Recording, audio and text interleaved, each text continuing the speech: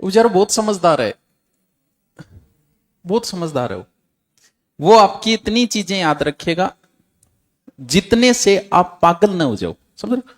दिमाग की हमारी ये विशेषता है कि ये इतनी चीजें याद रखेगा जिससे आप पागल न हो जाओ। अगर आपको पूरे दिन की, एक दिन की अगर सारी चीजें याद रह जाए तो आप पागल हो जाओगे। सारी का मतलब ये होता है कि सुबह जो कोलगेट की उसका कलर कैसा था, बुर्ज का कलर कैसा था, आपसे कोई मिला उसने किस कलर की शर्ट पहन रखी थी, किस कलर का पैंट पहन रखी थी, यानी ये होती है हर एक चीज। अगर ऐसी पूरे दिन की सारी चीजें याद रह, नहीं याद रहती किसी को, दो चार मेन चीजें याद रहेगी, कितनी गाड़ियां आपको मिली, उन गाड़ियों के नंबर क्या थे, सारी चीजें याद रहती है क्या? जबकि आप सारी चीजें देख रहे हो, क्योंकि इसे पता है कि उसे इतना ही कचरा रखना है जितने से आप पागल ना हो, बाकी कचरा वो फेंक देता है, बाहर फेंक देता है। अब यह है कि आप कौन सी चीज पे आपका ध्यान, आपको वही चीज याद रही। जैसे मुझे ये कह देना, कई बार घर में फोन आओ के श्याम कांता सब्जी ले हो, मेरे याद नहीं रहती। मैं घर जाई को के अच्छा भाई इष्टियारी तारीख तो सैरट राखी है यार, आ याद कौन रहे, जान बूझ थे ले आया को नहीं कह सकते। घर में किसी का बर्थडे मुझे याद नहीं रहता, कारण अब थे ही कह दियो गुरु जी ये थे तो बांद्रा ही मनाओ, थारे किया को नहीं याद रहे। क्यों? क्योंकि मेरा काम क्या है, मेरा प्राथमिक काम है इतिहास। इसकी हर एक चीज मुझे याद है क्योंकि मेरा काम ही यही है, इसलिए मुझे याद है। प्राथमिक काम ये है, बाकी काम मेरे लिए गौण है, इसलिए दिमाग उनको रखता ही नहीं, उनको कचरे में फेंक देता है। चाल बर्थडे, चाल टाबर को बर्थडे, चाल गयो, ये गौण चीजें हैं। अब अगर आपको सिर्फ पढ़ाई पे ध्यान है, पुरुष फिर भी है, महिलाओं की हालत ये है, इनको पूछ लो 2 साल पहले ननंद के कहो अंग याद है, पहली बार कब मिले थे हम, इनको याद है, आपको याद नहीं है। पहली बार आपने कब बोला था, क्यों? क्योंकि इनके लिए प्राथमिक काम क्या है, वो कचरा। अब अगर उस कचरे को जो महिला रखेगी उसके ये याद नहीं होगा, क्यों? क्योंकि उसके लिए प्राथमिक काम तो ये एक एक चीज याद है, परसों के कहे और काल थे के कहे और 2 साल पहले के कहे। क्यों? अब अगर प्राथमिकता आपने उस काम को दे दी तो आपके दिमाग के लिए ये कचरा है, वो फेंक देगा। जो महिला ज्यादा इन्वॉल्व रहती है आसपास की महिलाओं से, ननंद भोजाई से, उनके दिमाग में एक्स्ट्रा कचरा आ जाता है और उसके लिए वो चीज मैन हो जाती है, ये चीज गौण। इसलिए महिलाओं की सक्सेस रेट कम है। वही महिला सक्सेस है जो सामाजिक बंधनों में कम फंसती है। फोन ननंद को आए तो करे नहीं करे, भोजाई को एहसास हो गए, क्यों? अब एक एक घंटा बात तो करे बे, प्राथमिक काम क्या है इनके लिए, वो चीजें सारी याद है, एक एक चीज याद है, लेकिन ये चीजें याद नहीं है। दिमाग आपको उतना ही रखेगा, इसलिए जो काम आपका प्राथमिक है, क्रिकेट की सारी बात याद है थारे, क्यों? क्योंकि आपके लिए प्राथमिक काम हो गया, वो मेरे नहीं याद है। क्यों? क्योंकि मेरा दिमाग नहीं चाहता कि एक्स्ट्रा कचरा तू रखे, उसको याद है मेरे। आप पे डिपेंड है कि आप कौन सा कचरा अपने पास रखते हो और कौन सा। अगर आदमी चाहे तो ध्यान द्वारा पीछे के जन्म को भी याद कर सकता है, कि पिछले, बहुत सारे साधु महात्माओं ने कहा कि मैं पिछले जन्म में ये था। अगर आप ध्यान करते हो तो पिछले के जन्म में जा सकते हो, लेकिन पिछला जन्म याद आते ही आप पागल हो जाओगे। क्यों? कचरो तो अब भी गणों गाल रखे दिमाग में, पिछले जन्म को रहा क्यों? पिछले जन्म को याद किया जा सकता है। अब अगर सम्मोहन में ले जाया जाए आपको, सम्मोहन समझ गए? अगर आपको सम्मोहन में ले जाया जाए और आपसे ये पूछा जाए कि सन 2000 में इतने तारीख को आप कहां थे, आपका दिमाग बता देगा कि यहां था, इस व्यक्ति के पास बैठा था, उस व्यक्ति ने इस कलर के जूते पहन रखे थे। सब याद है इस दिमाग के, लेकिन फेंक दिया उसने बाहर, कूड़ेदान में फेंक रखा है। निकाल के लाना चाहो तो ला सकते हो सम्मोहन द्वारा, लेकिन इतना आने के बाद आप पागल हो जाओगे। तो या तो पढ़ाई वाला कचरा रखो या सामाजिक कचरा रखो। जिसके पास सामाजिक कचरा है उसका पढ़ाई से कोई लेना देना।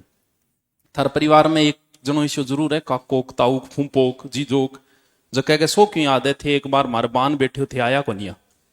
अब थारे को नहीं याद के भाई कद को नहीं आयो, कद बुलाए तू, लेकिन बिंग याद है। क्यों? क्योंकि उसके लिए प्राथमिक काम क्या है, वो चीज है। अब थे देख लो थारे लिए प्राथमिक काम, थारे एक चीज क्यों को नहीं याद? क्योंकि थारे कचरो तो गाल रखे एक्स्ट्रा थी, सारो कचरो गाल रखे, सारो बेरो है, फलानियों फलाणती सागर फलानियों सागर और बोबाई वो गाल दियो की कचनो यही चाल तो रहे ल्या। चलो एक छोटो टॉपिक करा दियो, बताओ कौन सो कराऊं? कल्चर का एक छोटा सा टॉपिक है, इससे कई बार प्रश्न पुट होता है, सब में लगता है ये टॉपिक। तो आपको इजाजत दो तो मैं करवा दूं, न दो कौन दे रहा? थार कौन ले रहे हो? कौन है भाई? इजाजत ले कौन रहा है आपसे? कराऊंगा, वही कराऊंगा। अलग अलग ग्रंथों में अलग अलग है, लेकिन वैसे हमारे धर्म ग्रंथों में टोटल 16 ही श्रृंगार है और 16 ही संस्कार माने गए हैं। आज कुछ संस्कार लुप्त हो गए, कुछ बचे हैं, 4-5 संस्कार बचे हैं, बाकी लगभग संस्कार दूसरे तरीके से चेंज हो गए। जैसे पहले गुरुजी के पास जाके संस्कार होता था, आजकल सीधा स्कूल में एडमिशन करा दिया। तो कुछ संस्कार बदल गए हैं, बाकी संस्कार सेम टू सेम है। यानी ये संस्कार हमारे शुरू होते हैं कहां से? जन्म से, और कहां जाके खत्म होंगे? मृत्यु पर। अंतिम संस्कार कहने अंतिम संस्कार हो गया, मतलब वो भी एक संस्कार है। अगर वो संस्कार नहीं किया गया तो थारी आत्मा फिर भटकती रहेगी, ठीक नहीं, परेशान करता रहे। जीवते जी भी करिए, फिर मरने के बाद ही थे परेशान करूंगा। तो एक खातर संस्कार जरूरी है, जन्म से लेके मृत्यु तक। करूं शुरू? चलो, सबसे पहले आएगा पहला संस्कार। पहला जो संस्कार होगा, इसका मतलब जन्म से संबंधित होगा ये संस्कार। जन्म से संबंधित, इसका मतलब बीजारोपण होगा आपका, यानी उस संस्कार का नाम क्या है?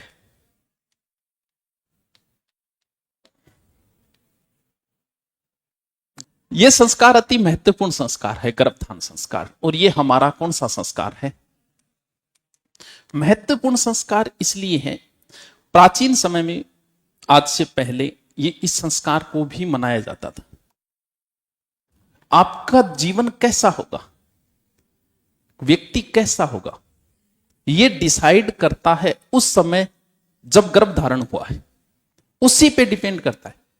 अब उस समय पर आप अगर पूरे हमारे जैसे सृष्टि को बने हुए हजारों साल हो गई, 5000 साल हो गई।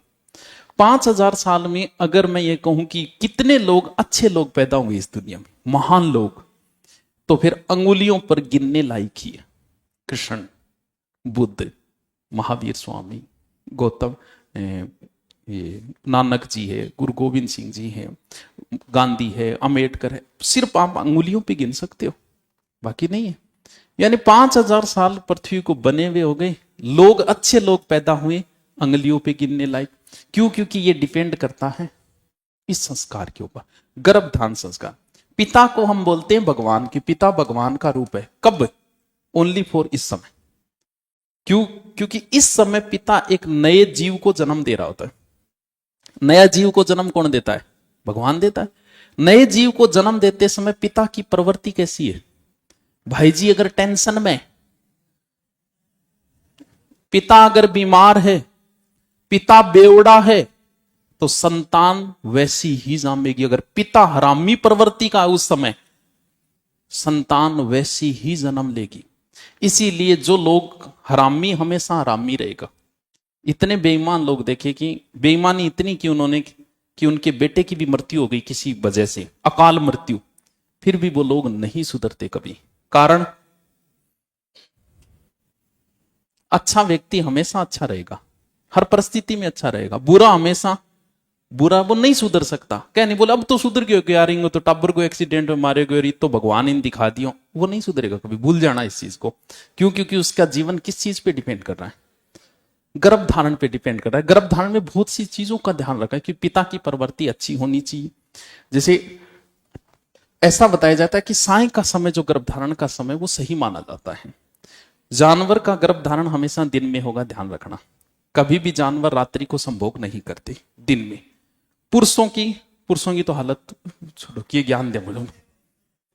अगर दिन में संतान गर्भधारण हुआ है तो वो कभी अच्छी संतान पैदा नहीं हो सकती। क्यों? क्योंकि इसके लिए सायकाल ही बनाया गया है पुरुष के लिए, लेकिन पुरुष ने अपनी प्रवृत्ति छोड़ दी।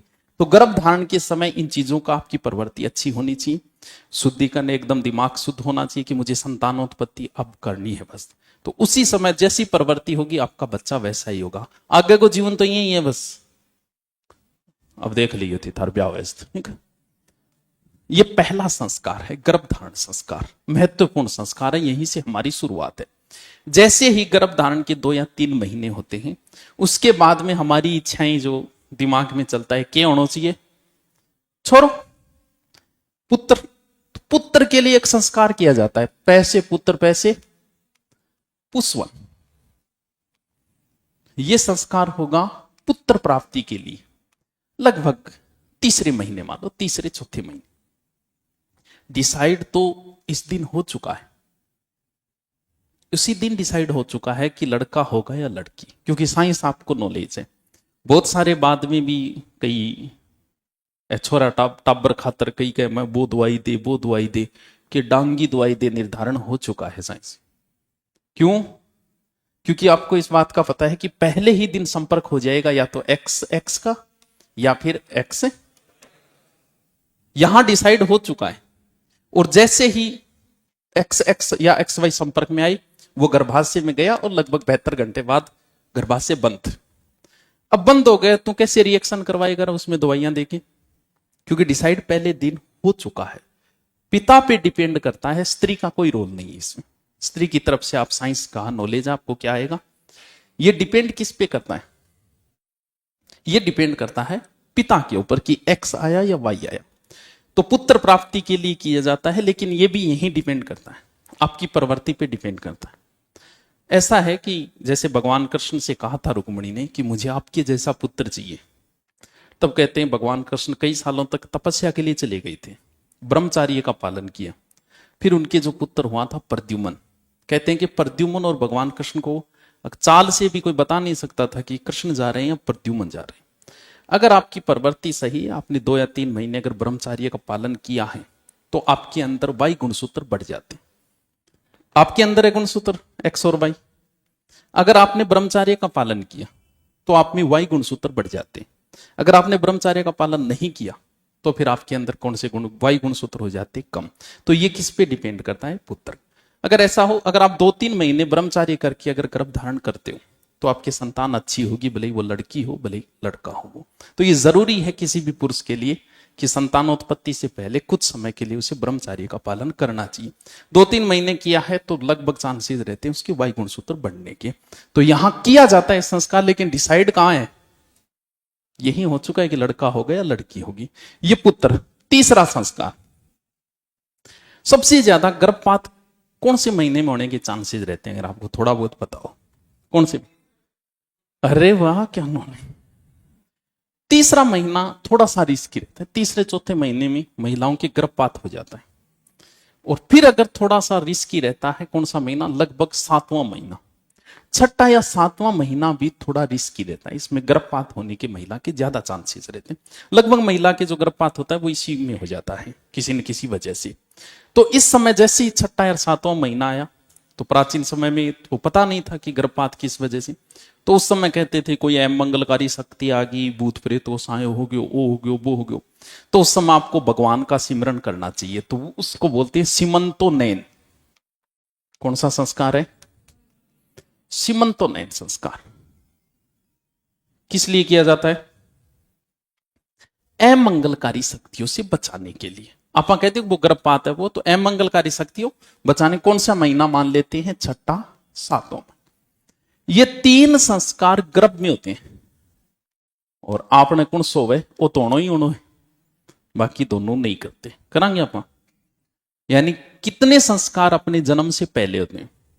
3 संस्कार। पहला गर्भधारण होगा, फिर छोरो चाहिए माने पुष्पवन, और फिर सीमंतोन्नयन। ठीक है कि आगे चालू करण तू थे बताओ। लाग गया, चाला सही है। कितो शानो टापर है, 9 महीने पूरे। इस समय पिता का वैसे कोई रोल नहीं होता है बड़ा, बस ठीक है पहले दिन। आगे के 9 महीने डिपेंड करते हैं स्त्री के ऊपर। पिता के ऊपर डिपेंड किया है सिर्फ एक ही दिन, जब गर्भ धारण हुआ है उस समय उसकी प्रवृत्ति कैसी है। आगे डिपेंड करता है स्त्री के ऊपर। अब बाजे लड़ाकू है, रोजान तो मोटियार सागे लड़ ले, सासू सागे लड़ ले, हिंग सागे लड़ ले, बिंग सागे लड़ ले, उसका प्रभाव उस बच्चे के ऊपर पड़ रहा है। तभी तो जो समझदार स्त्रियां हैं वो धार्मिक ग्रंथ पढ़ना शुरू कर देती है, अच्छे प्रोग्राम देखना शुरू कर देती है।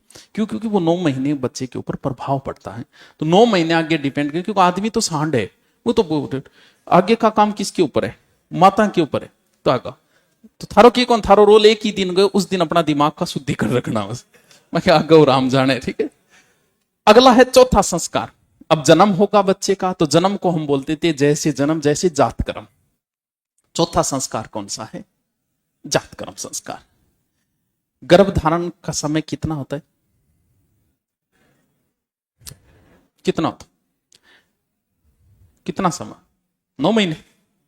मान लो कि मैं ऑप्शन दू, गर्भ धारण समय होता है 9 महीने, 9 महीने 10 दिन, 9 महीने 20 दिन, 9 महीने 30 दिन। तो ध्यान रखना, ये कई बार पूछा जा चुका है। साइकोलॉजी वाले बता देंगे कितना है, हैं? कितना? 9 महीने। साइकोलॉजी में को नहीं आया था? अबे अबे 9 माह 10 दिन होता है, 9 महीना को नहीं हुए, ठीक है।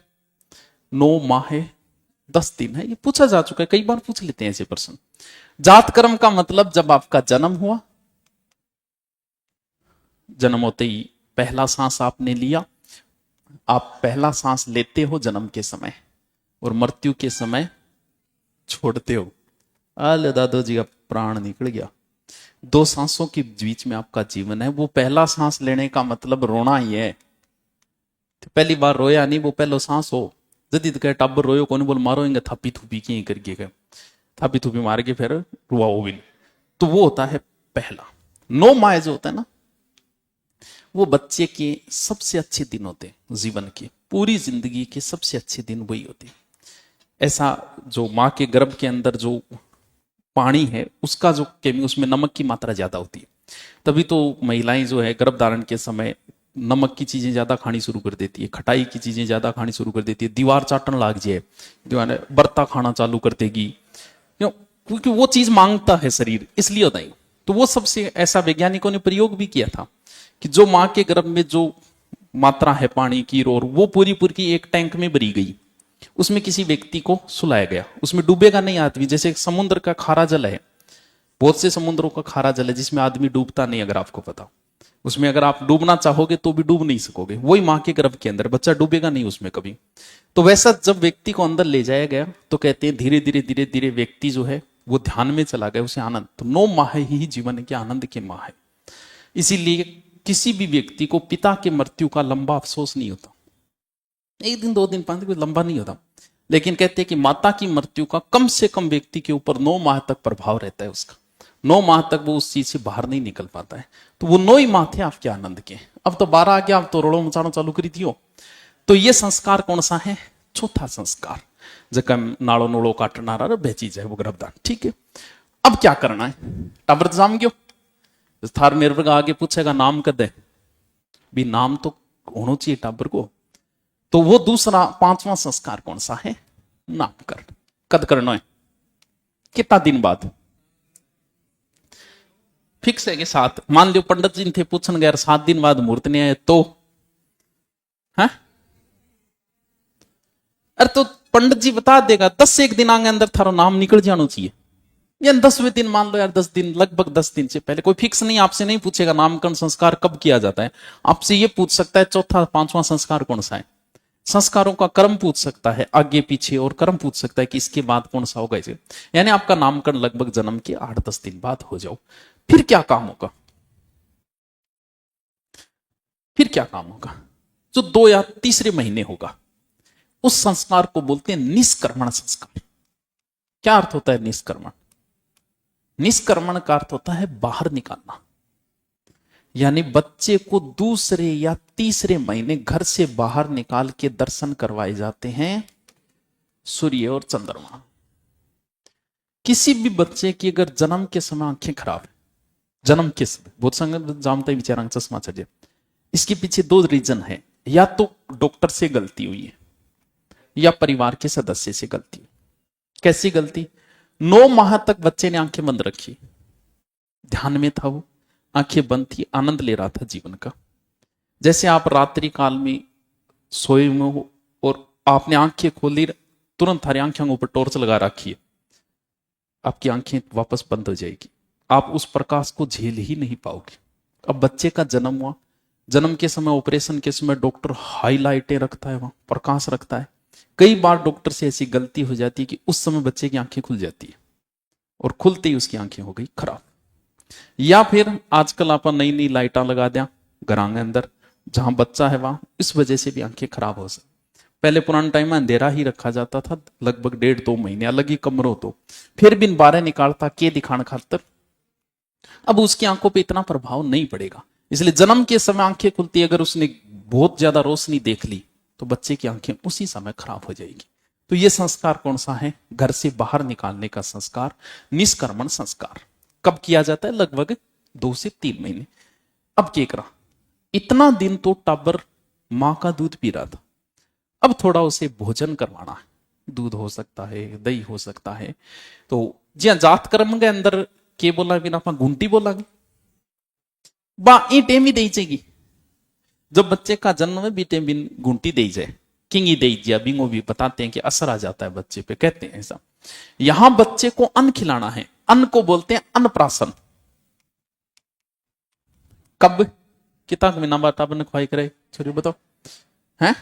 हाँ, 6 1 माह शाणी है फिर तो। कितना हो गया है? पूरा 2 जुड़वा दिया क्यों है? ये अन्नप्राशन संस्कार है। जब हम भोजन वगैरह कराते थोड़ा थोड़ा, मुझे इतने दिन बच्चा मां के दूध के ऊपर था। कितने संस्कार हो गई? 7। याद है क्या? तू खड़े होना या हिड़े बता। हाँ सुना बता, स्माइल से मैं पिंगड़ने वालों में नहीं हूं। बाबा जाने सबके मन की बात। खड़े हो बता। पहलो संस्कार बता। गर्भावस्था, शाबाश। हाँ, गर्भ धारण बोल तो। दूसरो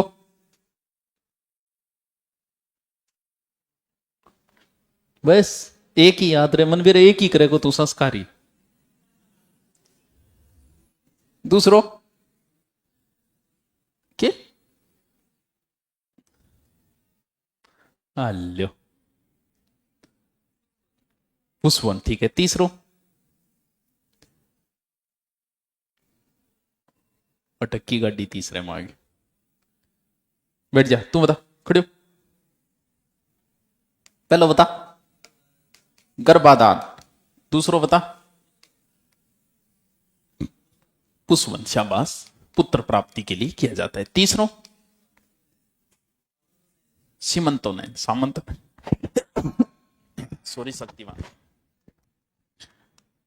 अब चौथो जुड़ जात कर्म, जुड़ लो थोड़ी हो, ठीक है। जुड़ लो बिगड़ो जाम तक टाबर के बाल हुआ आगे, जुड़ लो बाल काटना है। पांचों बताओ टाबर को नाम। छठो है बच्चे को घर से बाहर निकालना, ठीक है। यानी सूर्य और चंद्रमा दिखाया जाता है बच्चे को। उसके बाद में 7वां, बच्चे को भोजन कराया जाता है। यानी लगभग बच्चा अब हो चुका है, ये इन संस्कार तक पहुंचते पहुंचते 1 या 2 साल का हो गया। और जैसे ही बच्चा 1 या 2 साल का तो बाल बढ़ जाएगा, तो फिर आप क्या करांगा? हाँ, उतार दो। चूड़ा कर्म बोलते हैं अमीन, या जुड़ लो। हम कुल देवी या कुल देवता के आगे जिसके भी आगे टाबरिएगा बाल है वह काट के चढ़ा दो। नॉर्मल संस्कार है। कितना साल पर करते हैं? 2-3 साल पर करते हो। बाकी थारी मर्जी है, थारी मर्जी है, कोई फिक्स नहीं है कि इतने समय पे ही ये किया जाएगा। अब क्या करा है? बाल काटे है तो बाल काटने के बाद जस्ट नीचे आ गया कान, दोनों साथ में सलटा दो। बाल आ रहा तो 2-3 साल है, कान आ रहा लगभग 5 से 6 साल पे, जैसे आपा के बोलांगा करण भेद, शाबाश। कितना साल पर? लगभग 5-6 साल। अलग अलग हुए कि महिला का पहले ये कान छेदना है, ये कानों पे कुछ रोग है, उस रोग से मुक्ति मिलेगी। ओढ़ो के थारो मेरे तो ओढ़े दोनों का नाम है। बाड़ी राख्या करता हूं मैं पहली 8वीं क्लास में निकाला मैं। 8वीं क्लास में क्या हो गए, पहले तो गांव में पढ़ता, फिर 8 आ गया। जब मास्टर के कर तो बाड़ी यारा खड़े हो तू बता, यार वो तो बड़ो पंगो ले लियो अपा तो 2 या 3 दिन यही चाले में, हर मास्टर आवे वो न्यारा ही दिख जाती, लूंग न्यारा ही दिखता। बाड़ी यारा खड़े हो बिंग बाद निकाल दिया, अब कौन पेरिया। तो थारो इडो क्यों संस्कार है? वो कौन ही हो? अरे यार हाँ चलो, अब क्या करा, कितने साल का हो गया बच्चा? तो आजकल स्कूल में एडमिशन की उम्र कितनी है बताओ? अब तो 3 करती कि भी 3 साल, लेकिन वैसे कितनी मानी जाती थी? तो भेजो फिर स्कूल, पढ़ाई शुरू करो। यहां गड़बड़ हो जाती है, इनमें आगे पीछे कर देता है वो। इनका ध्यान रखना, कर्म ध्यान रखना इनका, और कुछ याद रहे। अब शुरू करनी है पढ़ाई, क्या? विद्यारंभ। कितना साल पर? प्राचीन समय में, आज के हिसाब से मत करना, प्राचीन समय में जैसे पढ़ाई शुरू की जाती थी तो उस बच्चे को घर से भेजा जाता था गुरुकुल के अंदर, जहां पर ऋषि मुनि हुआ करते थे, गुरु। वहां जाते ही एडमिशन के रूप में एक संस्कार होता था, और उस संस्कार का नाम था उपनयन। यह भी जीवन का बड़ा ही महत्वपूर्ण संस्कार है, उपनयन संस्कार। जगन आपा जनेऊ भी कह इसका, जनेऊ संस्कार भी कह इसका। कितना साल की उम्र पर? उप का अर्थ क्या होता है? उप एक उपसर्ग है, जैसे सरपंच, उप सरपंच। नजदीक, सरपंच के नजदीक कौन है? उप का अर्थ नजदीक है, वैसे छोटा नहीं होता। सरपंच के नजदीक उप सरपंच, प्रधानमंत्री उप प्रधानमंत्री, राष्ट्रपति उपराष्ट्रपति, नजदीक होता है। यानी गुरु के नजदीक बैठ के वो पढ़ेगा, इसलिए वो संस्कार है उपनयन या जनेऊ। 4 वर्ण थे, 3 वर्णों का होता था ये। कौन कौन से का? एक तो ब्राह्मण का होता था, और क्षत्रिय का होता था, और वैश्य का होता था। वो जनेऊ को नहीं करेंगे, वो पहनते हैं ना, दाएं कंधे पे होती है कि बाएं पे होती है? तो बामणी बताओगे कौन सा प्रोय करे? इसकी अलग अलग उम्र थी, संस्कार की अलग अलग उम्र थी। ब्राह्मण का उपनयन आप 8 वर्ष पे कर सकते हो, क्षत्रिय का उपनयन 11 वर्ष पे, वैश्य का उपनयन 12 वर्ष पे। ठीक है, वो एक धागो पहनना, यानी गुरु जी के नजदीक बैठने को जो संस्कार होता था वो कौन सा था? यानी आप पढ़ाई शुरू की। अब बताओ, प्राचीन समय में आपको हिस्ट्री, ज्योग्राफी, कल्चर, पॉलिटिकल कुछ नहीं पढ़ाया जाता था। आपको क्या पढ़ना है? आपको सिर्फ वेद ही पढ़ने हैं। स्कूल में गए, गुरुजी थारो एडमिशन है, उस एडमिशन संस्कार का नाम है उपनयन संस्कार। वहां गुरुजी सिर्फ आप वेदों के मंत्र ही पढ़ाते थे, कोई हिस्ट्री, ज्योग्राफी, कल्चर कुछ नहीं। जिसने 2 वेद याद कर लिए वो दुबे जी है, 3 वेद तिबे जी, 4 वेद चौबे जी। अब थे सोचो भाई, बीता बीता 2 वेद याद करना बहुत दूर काम होता। कोई नोट्स नहीं होते थे। गुरुजी बोलिया करता मंत्र, ओम भूर्भुव स्वः तत्सवितुर्वरेण्यम, चेला रिपीट मारता, दोबारा गुरुजी रिपीट, वो बस यही चलता था। ना कोई नोट्स होते थे ना, अब थे बताओ इतना इतना मंत्र बिना नोट्स याद कर लियो। तो 2 वेद याद करना भी बड़ी बात होती, जब वो आप नाम का आगे लगाते हो दुबे जी, तो वहां आपको क्या पढ़ाया जाएगा? वेदारंभ, यानी सिर्फ वेदों की शिक्षा दी जाती। अब यह चीज कौन रही? ये भी नहीं रहा। ये है आपका स्कूल में आपका एडमिशन है, एडमिशन के बाद का खेड़े सिखाना है था, ना कि आपको वेद वगैरह पढ़ाए जाएंगे। उस समय क्या पढ़ाया जाता था? वेदारंभ।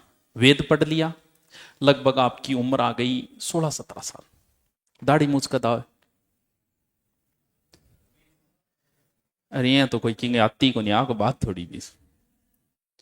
शरीर में जो परिवर्तन आते हैं वो 14 के बाद शुरू हो जाते हैं, 15-16 तक दाढ़ी मूछ निकलनी शुरू हो जाए। तो पहली बार आप दाढ़ी और मूछ ये भी काटोगे पहली बार, ये भी एक संस्कार ही है। उस संस्कार का नाम है केसों को काटना, यानी केशांत। कितना साल पर? हेलो, इन बाद में था लगभग पढ़ाई पूरी होगी, पढ़ाई पूरी होती पढ़ाई समाप्त, समाप्त को हिंदी में बोलते हैं समावर्तन संस्कार। पढ़ाई खत्म, गृहस्थ जीवन की ओर निकलो थे, पढ़ लिया भाई जी, थारी स्नातक डिग्री होगी पूरी, चलो। और जी ही थे गृहस्थ आश्रम में आया, आता ही घर का छोरी छारी तैयार कर रखी, बस। क्यों? क्योंकि पढ़ के आए थे, बीए करिए आए थे। तो आते ही आपका बस जैसे ही गृहस्थ में प्रवेश किया, गृहस्थ में प्रवेश का मतलब यह है विवाह है। विवाह को हिंदी में बोलते हैं पाणी ग्रहण संस्कार। जिये ब्याह हो, कहानी खत्म, अंत्येष्टि, बस गया काम। और ये संस्कार सबसे महत्वपूर्ण संस्कार है गृहस्थ जीवन में प्रवेश करने का। एक सही उम्र में होना अति आवश्यक है आपका विवाह, क्योंकि सही उम्र में प्रवेश करोगे, विवाह करोगे। क्यों? क्योंकि विवाह के बाद में पितृ ऋण से मुक्त होने का मतलब ही आपके पुत्र होना जरूरी है, और दादा दादी ने पोतो मुंह देखना बहुत जरूरी है। ये एक संस्कार था, कभी पोतो मुंह देख लियो तो मतलब मानस वर्ग मिलेगा। अब थे ब्याह करोगा 40 पर, पोतो मुंह कद दिखाओगा? थे ब्याह 40 पर करोगा, जब फिर थारे पिताजी की की उम्र भी तो 70 के सारे लाग लेगी। तो ये संस्कार जो है पाणी ग्रहण, ये भी महत्वपूर्ण संस्कार है। एक सही उम्र में होना बहुत जरूरी है, तभी तो स्वस्थ संतान को जन्म दोगे और सही लाइफ को जी पाओगे। खत्म। इन बाद में फिर संस्कार चालू है। हाँ, वे मृत्यु के बाद के संस्कार है। वे भी पूछ ले कई बार, आदेंटो क्या न बोला है, क्या न बोला रे? आदेंटो वो मृत्यु के बाद का है।